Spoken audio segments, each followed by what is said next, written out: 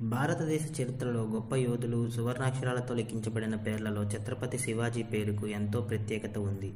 ఆయన పేరు వింటేనే హిందూ మతం ఉత్సాహంతో ఉప్పొంగిపోతుంది.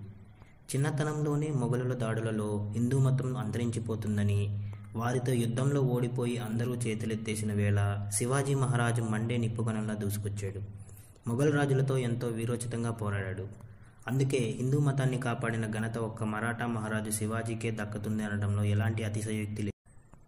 అయితే ఛత్రపతి శివాజీ గారు పుట్టినప్పటి నుంచి వీరమరణం పొందే వరకు ఎలాంటి విజయాలు సాధించారనే ఆసక్తికరమైన విషయాల గురించి ఇప్పుడు తెలుసుకుందాం. ఛత్రపతి శివాజీ గారు క్రీస్తు శకం 1630 ఫిబ్రవరి 19వ తేదీన మహారాష్ట్ర పూణే జిల్లాలో ఉన్న జనార్లోని శివనీర్ కోటలో జిజియాబాయి మరియు షహాజీ దంపతులకు శివాజీ జన్మించారు. ఆయన తల్లి క్షత్రియ వంశీయురాలు. శివాజీ పుట్టకముందే పుట్టిన వారంతా చనిపోవడంతో ఆమె శివపార్వతులను పూజించగా శివాజీ క్షేమంగా ఉన్నాడని ఆయనకు శివాజీ అనే పేరు పెట్టారు. శివాజీ మహారాజ్ కన్నతల్లి దగ్గరే పరమత సహనం మరియు మహిళల పట్ల గౌరవంగా ఉండటం నేర్చుకున్నాడు. అతి చిన్న వయసులోనే తాను పుట్టిన భూమికి మేలు చేయాలని, ప్రజలతో ఎలా నడుచుకోవాలో శివాజీకి జిజియాబాయి పూసగుచ్చినట్టు వివరించారు.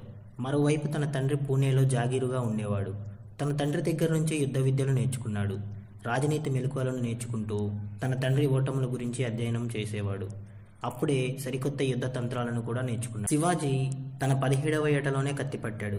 అంతేకాదు 1000 మంది సైన్యంతో వెళ్లి బీజాపూర్కు చెందిన తోర్నా కోటను స్వాధీనం చేసుకున్నాడు. ఆ తరువాత 3 ఏళ్లలోపే రాజ్గాడ్, కొండన ప్రాంతాలను చేజెక్కించుకుని పూణే ప్రాంతాన్ని తన స్వాధీనం చేసుకున్నాడు. ఛత్రపతి శివాజీ స్నేహితుల్లో చాలామంది మహమ్మదీయులు ఉన్నారు. తన సైనిక వ్యవస్థలో కూడా ఎందరో ముస్లింలకు సముచిత స్థానాన్ని కల్పించారు.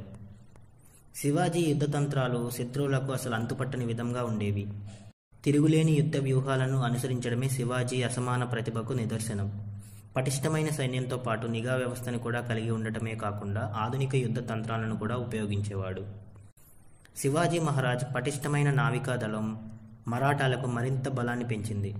ఇందుకు శివాజీ చేసిన బలమైన పునాదులే కారణం. విదేశీ దండయాత్రల నుంచి కాపాడడానికి అవి ఎంతగానో ఉపయోగపడ్డాయి. ఆ కాలంలో ఏ రాజులకి ఇలాంటి ముందు చూపు ఆలోచనలు రాకపోవడం గమనార్హం.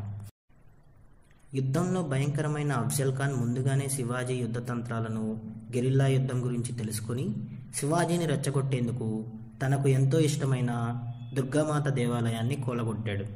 అదే సమయంలో శివాజీ కుట్రలను పసిగట్టి తనను సమావేశానికి ఆహ్వానిస్తాడు అఫ్జల్ ఖాన్. అదే సమయంలో శివాజీ మహారాజ్ ముందుగానే తన ఉక్కు కవచాన్ని వేసుకుని చేతికి పులిగోర్లు ధరించి అక్కడికి వెళ్తాడు. ఇందులో శివాజీ, అఫ్జల్ ఖాన్ కేవలం అంగరక్షకులతో మాత్రమే హాలులోకి వెళ్తారు. అక్కడ అఫ్జల్ ఖాన్ శివాజీని కత్తితో పొడిచేందుకు ప్రయత్నించగా తన పులిగోర్లతో శివాజీ ఖతం చేస్తాడు. అందుకే ఆయనను మరాఠా యోధుడు ఛత్రపతి శివాజీ మహారాజుగా పిలుస్తారు. నా ఈ వీడియో కనుక మీకు నచ్చినట్లయితే లైక్ చేయండి, షేర్ చేయండి, కమెంట్ చేయండి, సబ్స్క్రైబ్ చేయండి. Thank you for watching my video.